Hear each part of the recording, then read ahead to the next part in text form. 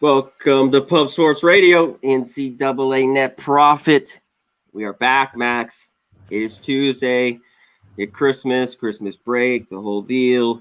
No college basketball or little college basketball, as in yesterday. One game. I thought it was pretty nice. Syracuse won, covered. I thought the line was a little short, and it went over. I thought that number because I thought if Brown could get in the 60s, I thought Syracuse get in the 80s. Of course, it went over, thank God. But so that was good for the lone game yesterday. Today we got a few. It sucks. We would have had more, but obviously cancellations. But I do have to say, how was your weekend? How's your Christmas? Everything? How was everything up in Canada the last few days? Well, I'll tell you, Connor.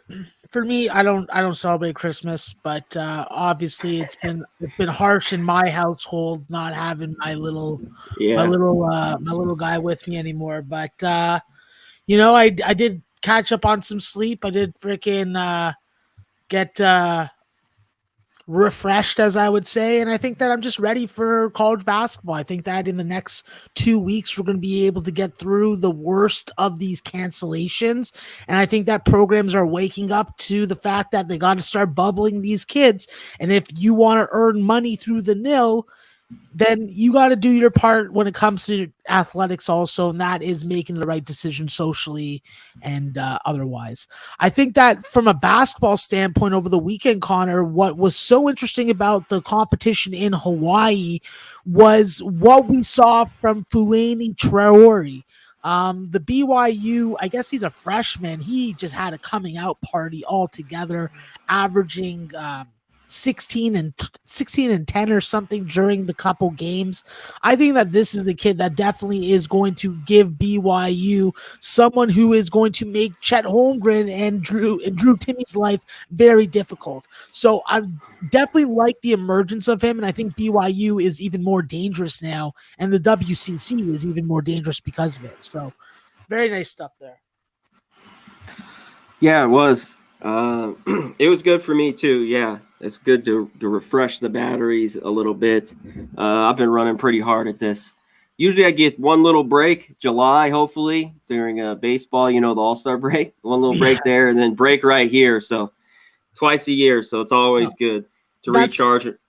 Yeah, go ahead. that's why I'm happy I'm just a one sport capper, Connor, not like a 12 sport capper like yourself. Like you are just grinding literally 360 freaking five. Like I do have to say, Max, though, it's in multiple sports, though. It drives you crazy. As the NFL's been pretty good for me all day, but I got shoved up my arse on Sunday in the NFL. But the NBA's been pretty good to me a lot lately, and I barely been playing. I played just one or two games a night. It's been working for me. That's been really good, even though the Suns went over last night when I went 1-1. But they scored a ton of points in that fourth quarter. Both teams did. But let's get to college basketball. Screw the other bullshit.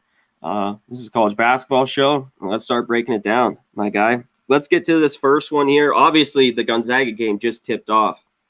Northern Alabama, Gonzaga.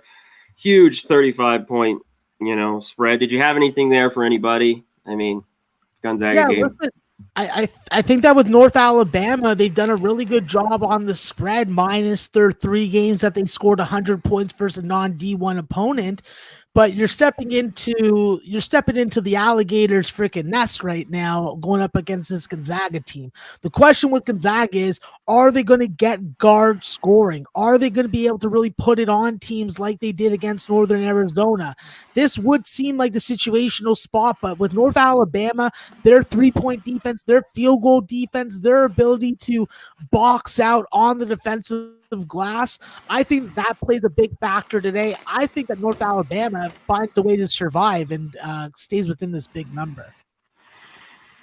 Yeah, it's huge. And you see Gonzaga, it's pretty split. Like they seem to cover that number or they just don't. Like, they're pretty average. I bet you if you go back the last, I don't know, 4 years or so, then I bet you they're 500 covering that number. Let's get to the ones, though, that are coming up later. Let's get to this one. I think it's great. Notre Dame, Pittsburgh. Notre Dame, 3.5 now, 4-point favorite. Totals 127. I see some 126s, 126 as the total. What is your look in this game? Yeah, for me, it's really hard for me to back this Notre Dame side on the road, even with the emergence of Byron Wesley. Him and Dane Goodwin are a very nice 1-2 tandem. And with Byron Wesley, not only do you get a very talented scorer and a lead guard, you're also getting a guy who's a very good facilitator. So I think that Notre Dame offensively is a lot more dangerous right now. So it's going to be ever more important for Pittsburgh to really use their size, slow down the game, limit the possessions for Notre Dame, and take advantage of this Notre Dame defense, which has been leaky like a goddamn lady of the night. And I'm Yes. telling you, when it comes to Pittsburgh, what they've needed is consistent guard production from someone outside of Adukeli. And now with Jamarius Burton finally stepping up and giving you some nice on paper production and on floor production, I think that this Pittsburgh team, with the addition of Mo Guie, also, I don't know. I can't back Notre Dame. I think it's Pittsburgh for me on this spot. And I think that when you look at these two teams and how they play, especially with Notre Dame on the road, this is an under city for me. So I thought that the under 60 in the first half was a nice little play. It's going to give you a good impression of where the scoring and pace and tempo is going to be. But for me, it's Pittsburgh. I think that they can play good enough 3-point defense and get to the free throw line in bunches. And let's be brutally honest, Pittsburgh's a good offensive rebounding team, so they get those dirty and easy second chance opportunities. I think that could be the difference. I think so as well. I think Pittsburgh's had a hard time shooting it. If they shoot it a little bit better tonight, but I think they mucked this up, Max. Here at home, all they've done lately is not only covered games tight, but won. Of course, they beat Jacksonville. They beat St. John's, and they played a totally slow style like they want here. And I think if you like Pittsburgh, you lean towards the under here in this one. And if they make shots, Notre Dame goes up and down. It could go over because you talk about Notre Dame's giving up almost 38% to their teams shooting the three. They lost to Monmouth close by 4. They beat Colgate. They lost to Virginia by 1, Minnesota by 1. They're at home here. I want the 4 points with Pittsburgh. I am playing it. It's official. And I lean under as well. I don't love it as much as the 4, but I think if you like Pittsburgh, that's the game. They want to control this and keep it, high 50s, low 60s, and keep this game close. So I have the 4 with Pittsburgh in that one as well. Let's get to the next one here. Northwestern State, Baylor. Obviously, a huge number here. This is up to 39, 38.5, 39. Baylor, total 143.5 here. Any look, first half team total here? Yeah, for me at 44.5 or 89.5 full game, it's definitely a nice little number to get on Baylor. We have seen Baylor be able to put up in the 40s pretty consistently in their home games. And I think that they're going to get a big boost to their backcourt if they get LJ Cryer back tonight. That's a 13 point per game scoring guy, and that could be a big difference maker when it comes to the team total. I think that when it comes to this matchup, we have seen Northwestern State play pretty close games with Baylor in their 2 previous games. I obviously throw that out the window because when I look at this Northwestern State with Kendall Coleman and Conor Teasit, these are 2 young players that are capable of giving you outlier performances. So it's going to be important for Baylor to shut those guys down. And coming off a game where they were able to rest Matthew Mayer and Flo Thamba, I think that's going to be even more critical for this Baylor team to put up a 50-plus point performance in the first half. When we look at Baylor, let's remember, Conor, that while this team is still as talented win-loss wise and winning the Big 12 potential wise as last year's team, they're not championship quality, and they score 8 points less than the team last year, but they play better defense. I think Northwestern State has a hard time scoring the basketball. I think that Baylor really puts the freaking foot to the throat of Northwestern State, and I can't say that I don't hate the number. It's crazy to bet that type of spread, but if you were to give me a free bet, I would take Baylor full game. Yeah, and they're a team. You start laying numbers like this, Max, they're about 500 as well. I mean, when you start to get to 35, 40 points, it's just tough because you get that big a lead and the other team's late buckets. It's tough to do. And same thing with the team total if you go full game. Like they've hit 95 and 96, but they've hit 89. They could hit something like that. So just something I'm not going to get involved with. But I don't blame anyone that wants Baylor here or their team total. Yeah. I just want to add on, if you want to watch Kendall Brown play basketball, it's just wonderful to watch. He is a special player that is not getting enough attention, and he has great hair. So that's a bonus in my books.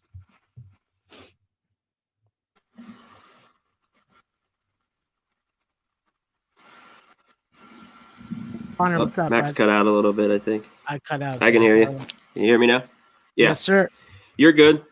Let's get to the next one. I can hear you now. I was just talking about my love for Kendall's hair, bro. Sorry about that. Let's get to the next one. This one I was talking about in the back with you. Grambling, Southern Illinois. Southern Illinois 17-point favorites. I like the total here a little bit on the under. Not a lot of wiggle room. It is 127, but I talked about my struggles betting Southern Illinois in the past. It's a team I don't love laying points with, especially not here. Is there a play you like here? Yeah, listen, I think that the under first half and full game is the way to go with SIU home games and SIU games in general. We've seen this team stay under the 130 mark, under the 120 mark. We've seen them really be a masterful team when it comes to unders. And that's really funny considering how much depth and how many offensive weapons they have on this roster. I think obviously having Marcus Domas back and healthy is a big thing for this team, but Ben Coupe, the Little Rock transfer, has really catapulted himself into that second scoring option role. I think that when you look at the front court of Verplanken and Muila and Kyler Filowich, you have a good core there of rim protectors and guys that can give you some rebounding. I think that this is a spot that Southern Illinois definitely has to come and hit shots early, but with the way that they move the ball from side to side and get the defense off balance, I'm not really concerned about that. My issue is what's going to happen with Grambling State and Tremichael Moton. This is the guy that I really see having a coming out party for the Grambling team, and Grambling is experienced. They got Division I transfers all over this roster, and with Daniel Kingsby and Cam Christensen as your 1-2 punch, you just need some good freaking front court production from Amari McRae, the Portland State Pacific transfer, and you can stay in this game. I think that if Grambling stays in this game, they stay in this game first half, and then Southern Illinois buries them on later. But as far as the total, Connor, this is a Grambling team that I don't know that really want to go up tempo. And with Southern Illinois, we know how they just suffocate you in the half court and take away transition opportunities. So under for me, lean to Southern Illinois full game. Okay, yeah, I lean under as well. Let's give a shout out to the chat here, all our guys in here. Hit the like button if you haven't, guys, already. Zachariah, our guy, DJ Big Boss, what up? Rodney Barton, T-Mac, Taylor MacArthur, Ren Mose, all our regulars here. Jay Peasy, what's up? Marcel, how you doing? Okie, regular, what's up, Okie? Lee, how you doing? Hit the thumbs up, guys. Hit the retweet, all that fun shit for us. We appreciate it immensely. Let's get to the next one, Max. Just a few more games here on the short card. Incarnate Word here with Texas laying 34.5. Another big number. I'm staying off. Incarnate Word. I mean, they give up a ton of points. Is this a Texas team total, maybe? Is this what you're looking at? Yeah, this is a crazy spot because you have two contrasting teams. A Texas team that plays a lot of under basketball, an Incarnate Word team that plays a lot of over basketball. Then with Incarnate Word, when they play teams in Texas on the road, they're liable to lose by 30, evident in their Abilene Christian and their Rice games this year. But then when they go and play top 5 talent in the nation like Purdue, They only lose by 20. So a lot of conundrums when it comes to this Incarnate Word team. But the one conundrum that they're not having is that this team is finally healthy. They have Josh Morgan back. I think that's a big deal for this team, and it allows Johnny Hughes to come off the bench, and he is definitely a game-changing scorer. He can put up a big number for you, at least give you double digits. And with Drew Lutz, he's got to stay on the floor. He's got to facilitate. He's got to crash the glass, and he's done a fantastic job of doing that. If he can limit his turnovers and this Incarnate Word team can be responsible with the basketball, I don't see why they can't stay in against Texas. Texas is 0-3 as a 30-plus point favorite. It'd be funny if they were able to cover this number, but I will say this. They do have Dylan Disu back. The Vanderbilt transfer came off and gave you a big performance off the bench. So Trey Mitchell, Christian Bishop are going to lose minutes. But I just don't see a reason why Incarnate Word can't stay in this game unless they just flat out are missing jump shots. So I gotta look at the big dog in this spot, and I gotta look at the first half over. Incarnate Word is gonna force Texas to score, and I think that over 61.5 in the first half is not a bad number. Excellent. Let's roll to the next one. I thought this game was a kind of interesting. Lehigh versus Maryland. Maryland's laying 22. I never like laying a ton of points like this with Maryland. Is that the look here, or is it the total here at 136? Listen, the total is definitely attractive, but you're missing the best of the number. I think that when you see a 138 with the way that this Maryland team is going to start to shoot the 3-point with Danny Manning being the coach, the reality is at the end of the day, can we really trust them to make threes and push games over with the 3-point shot? Because that's the way that it's going to have to happen. I don't think that this game finds its way past 130. I think that this is a defensive Maryland game where they use that hard-nosed defense. And Fats Russell and Eric Ayala don't combine for 38 points. I think that there is very limited depth right now in front with Danny Manning. The one guy that I think that could make a big impact for Maryland is Marcus Dockery.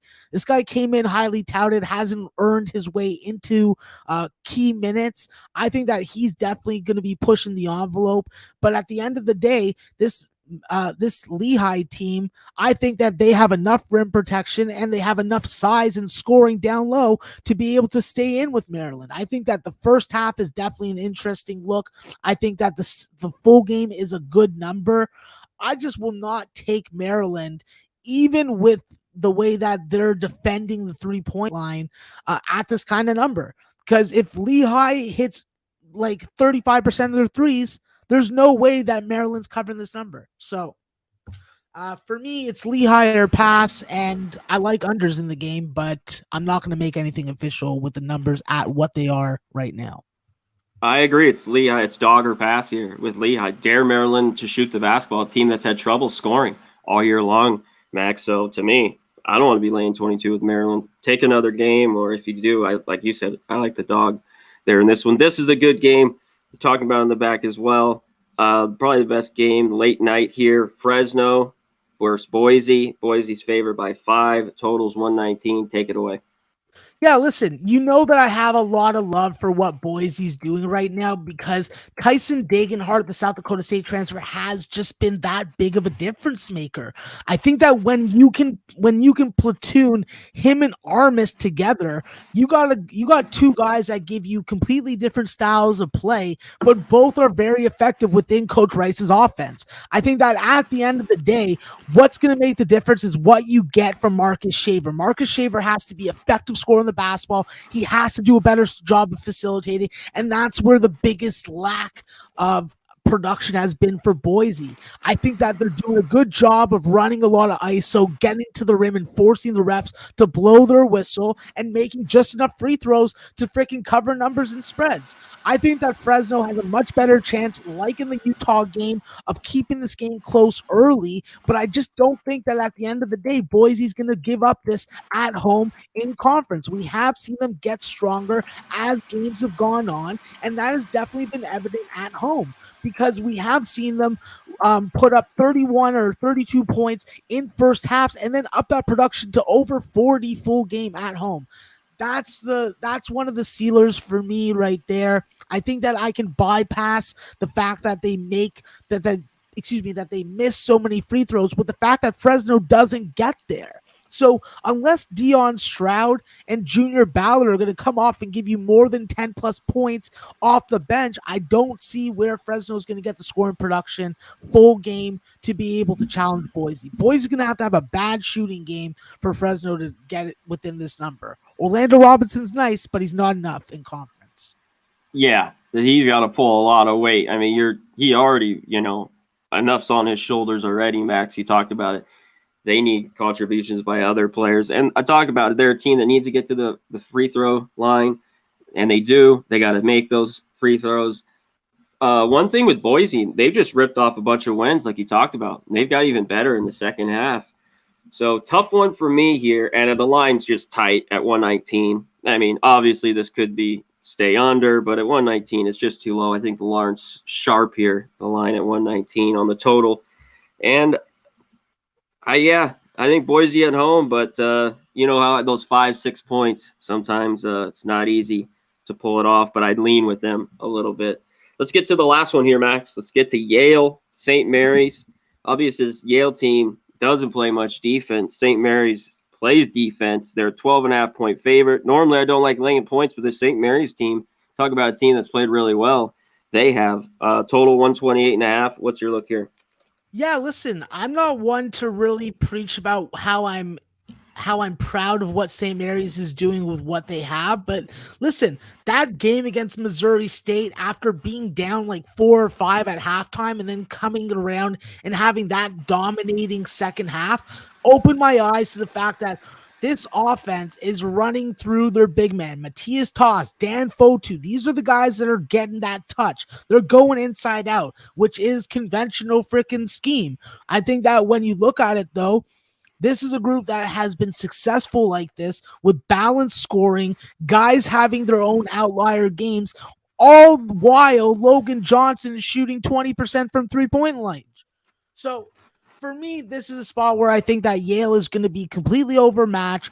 Going into that type of defensive philosophy is not going to benefit them. And Azari Swain's going to have a big game for them to be able to keep it competitive. I think that Yale suffers the same fate that Brown did. I think that when you look at it, St. Mary's may be a little stagnant first half.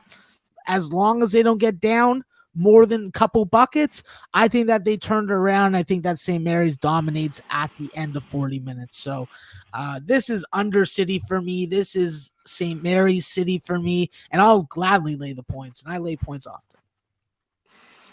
Yeah, it's a lean to me to the under. It's St. Mary's or pass. I don't love laying 12.5, but that's my look on this one as well.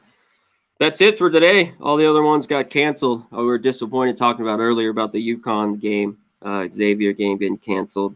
But that's it for today. We'll be right back with our best bets for the day, but let's get a word from our sponsors first, baby.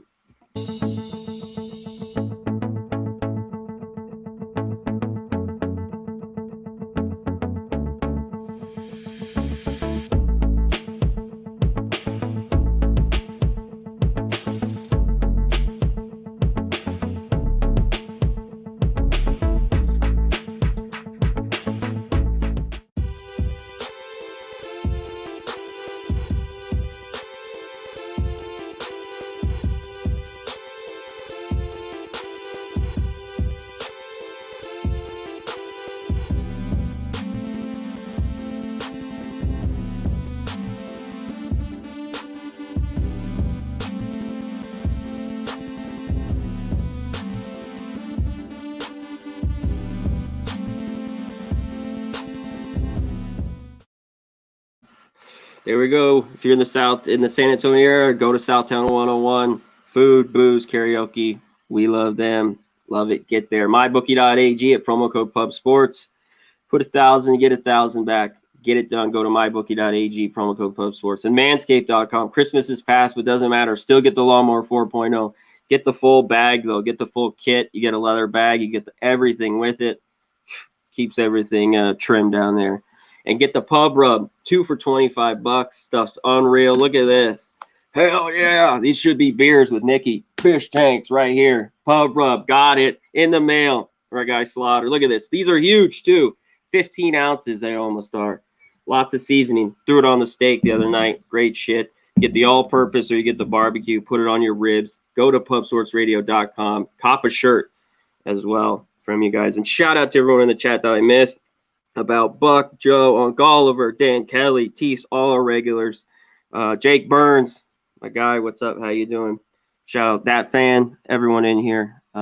Let's get to our best bet here, Max. We're out of here. Short show, but we'll be rolling on every day going on forward. So give me what's your best looks today. Yeah, listen, I'm going to go with 2 plays today. I'm going to go with the first half over in the Texas Incarnate Word game. I want to see Texas put it down defensively and beat me in this spot. Otherwise, I do think that we will be able to get past these 62 points. I did bet 61.5. 62 is available. I still think that that is good. That is going to be my first best bet of the show, Connor. And the second one I've already hinted to is going to be Lehigh plus 22. I am going to give them a shot. They have been pretty bad. I definitely have to admit that. I just think that at this number and playing the numbers and not the teams, this is just a number that doesn't work for me. So I am rolling with Lehigh plus the big dirty 22, and we're taking some good old Texas boys to fuck with their eyes open over 62 in the first half. All righty. 62 and Lehigh 22. Okay, let me get to mine. I talked about it earlier. I want it full game. They played well at home, and I think they're playing better basketball, Max. You talked about it. It's Pitt. I think the wrong team's favored here. I know Notre Dame had to win Kentucky, their big win, but other than that, I think they haven't looked great. I don't think they're too great defensively. So give me Pitt +4 for the full game, and that's my only bet. I had won the lean. I just don't love Southern Illinois, and Grambling can give up. Their defense can look pathetic at times, but they don't score. I lean heavy to that under 127, right around there in the Grambling, Southern Illinois, their Saluki game. So that's it for us.